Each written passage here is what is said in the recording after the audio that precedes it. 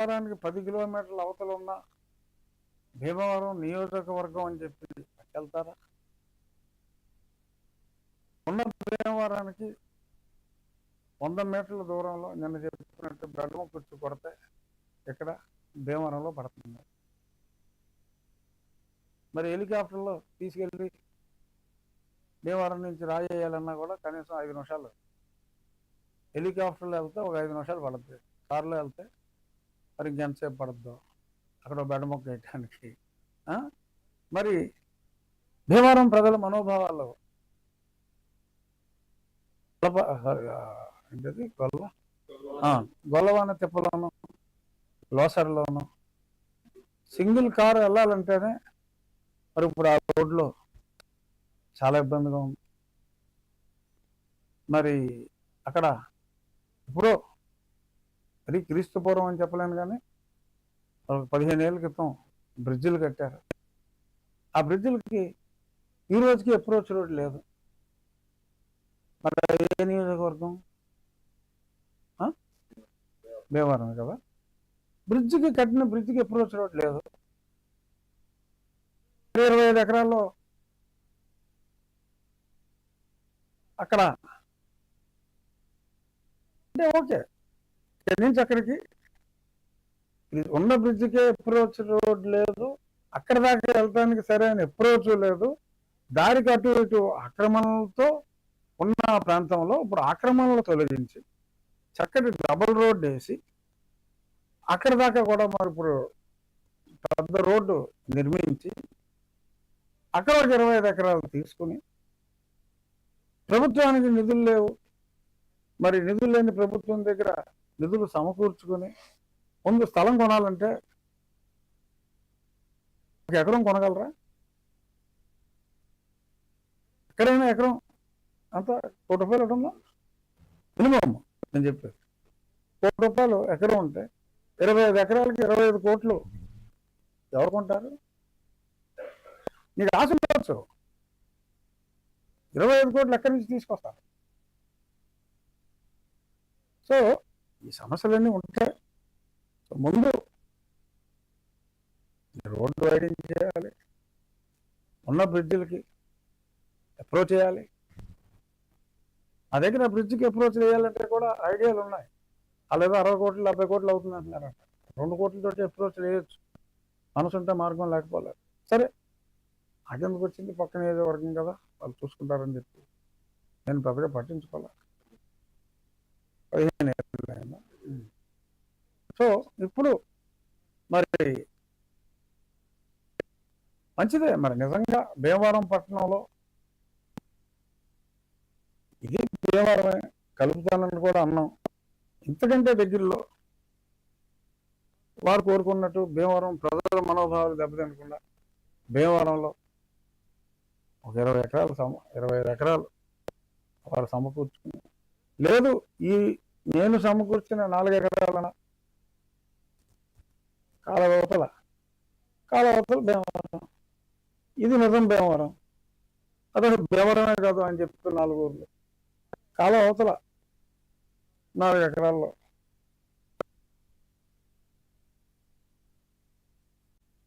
కాబట్టి మంచిదే. అంటే నేను ప్రజల దృష్టిలో చెప్తాను, ప్రజలు సంతోషిస్తారేమో. ఎందుకంటే మనోభావాల గురించి చాలా మంది నాయకులు, నేను కాంగ్రెస్ నాయకులు కూడా రోడ్డు ఎక్కారు. నిరాహారదీక్షలు చేయమన్నాం, మంచిదే. సో మరి ఈ పరిస్థితుల్లో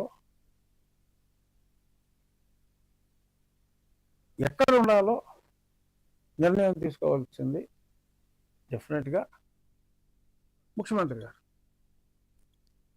మా భీమవరం ఎమ్మెల్యే గారు మిత్రులు రామాంజనేయులు గారు ఒక సలహా ఇచ్చారు, చక్కటి సూచన. భీమవరంలో పాతుకుంటే భీమవరంలో 1000 కోట్లు అయితే 1000 కోట్లు కొనమంటారు, తప్పేం? నేను ప్రభుత్వం కొనలేదా అని చెప్పి కమ్యూనిస్ట్ నాయకులు అంటున్నారు. ఏమో ఆయన 25 ఎకరాలు భీమవరం సెంటర్లో ఎక్కడైనా ఉంటే మరి ఆయన కొనిపిస్తే, కొని సొమ్ము ప్రభుత్వం దగ్గర ఉంటే కొనొచ్చాము, నేను కాదంటే.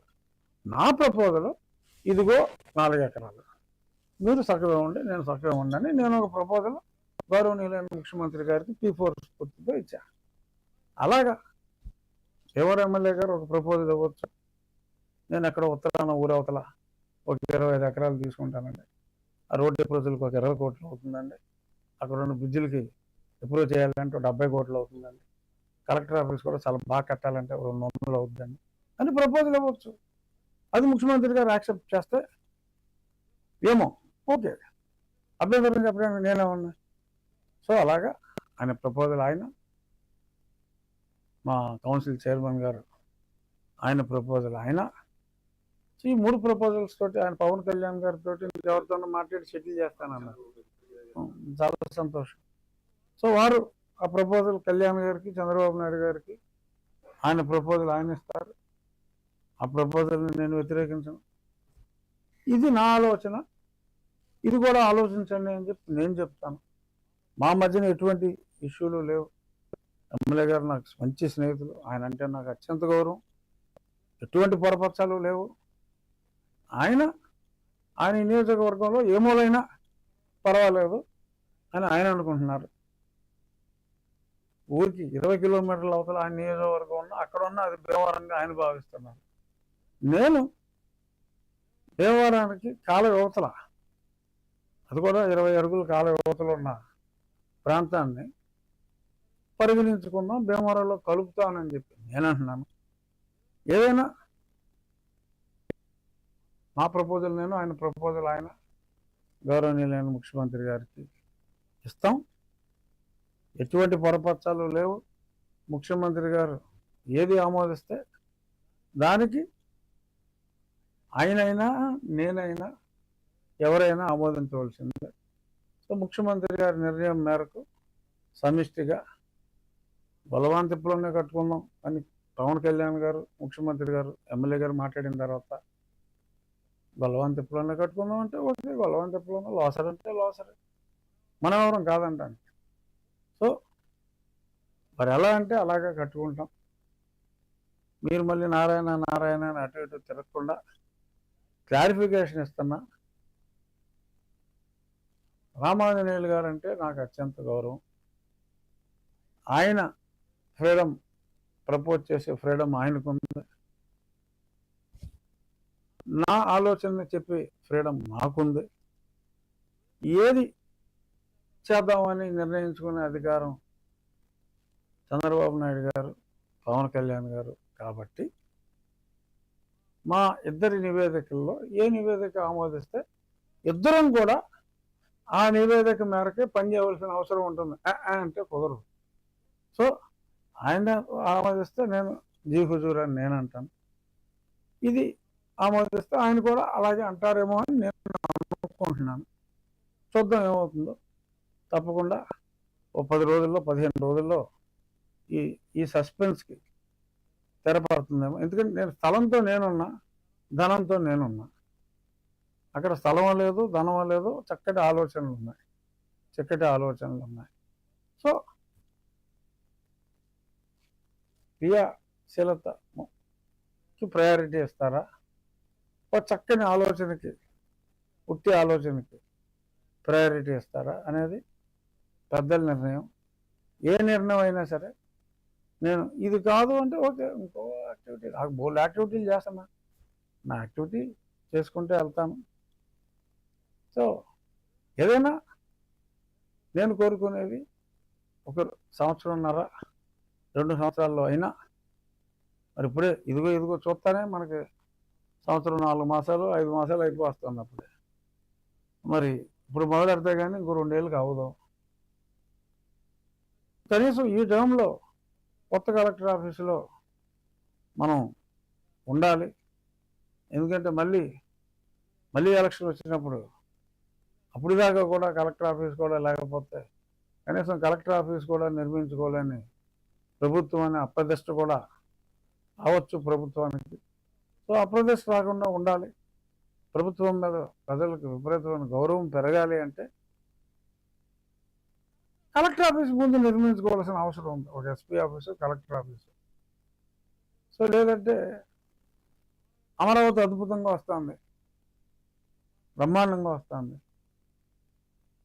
ఊర్లో కలెక్టర్ ఆఫీస్ కట్టుకోలేదంటే అప్రదిష్ట ఎవరికి? ప్రజాప్రతినిధులైన మాకు, ప్రభుత్వానికి. సో నా జిల్లాలో ప్రభుత్వానికి అప్రతిష్ట రాకుండా ఉండటం కోసం నేను కృషి చేస్తాను. సరే ఎప్పుడు వచ్చినా సరే, 25 ఏళ్ళకి వచ్చినా ఒక అద్భుతాన్ని నిర్మించుకోవాలి, లేదంటే పాత చైతన్య కాలేజీలోనే మనం ఉండాలి అప్పుడు దాకా అని అనుకుంటే ఏమో అది కూడా కరెక్ట్ ఏమో నాకు తెలియదు. నా ఆలోచనని మీ ద్వారా జిల్లా ప్రజల ముందు ఉంచా. అంతిమంగా జిల్లా ప్రజలు భీమవరంలో ఉండాలని కోరుకుంటారు.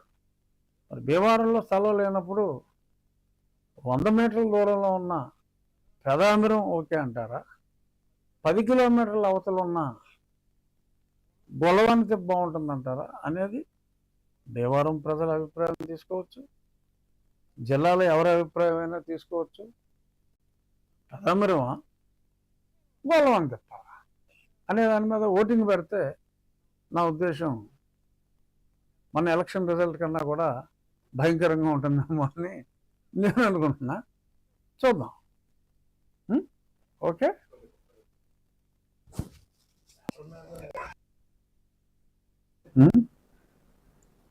ప్రజాప్రతినిధుల మధ్యన నారదులు కూడా మీరే ఏమన్నా?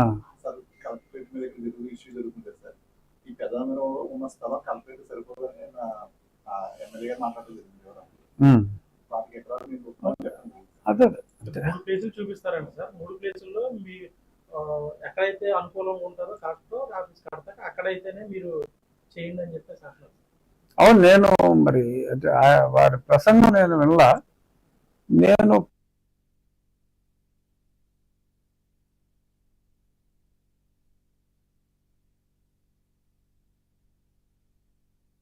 అవి మరి భీమవరానికి చాలా నియోజకవర్గంలో ఉన్నాయి. అందుకని నేను అన్నాను, నియోజకవర్గం ఉంది కదా భీమవరం నియోజకవర్గంలో అని వీరవాసరంలో ఇలాగా మరి ప్రపోజ్ చేయలేరు కదా అని మనం అనుకోవడం జరిగింది. మరి ఇవన్నీ కూడా 8 నుంచి 10 కిలోమీటర్ల దూరంలో ఉంటాయి. ఓకే, అంటే మరి కలెక్టరేట్కి నేను చూసింది ఏమిటంటే 3.5 సంవత్సరాలు దాటిపోయింది మనం జిల్లా విడిపోయి, కనీసం అంకురార్పణ కూడా జరగల, ప్లానే లేదు. సో మరి ఇటువంటి పరిస్థితుల్లో ఎంతకాలం ఇలాగా పశ్చిమ గోదావరి జిల్లా ఎంతో ప్రసిద్ధిగాంచిన జిల్లా, మరి కనీసం కలెక్టరేట్ కూడా లేకుండా ఉండటం ఏమిటి అనే ఒక ఉద్దేశంతో నేను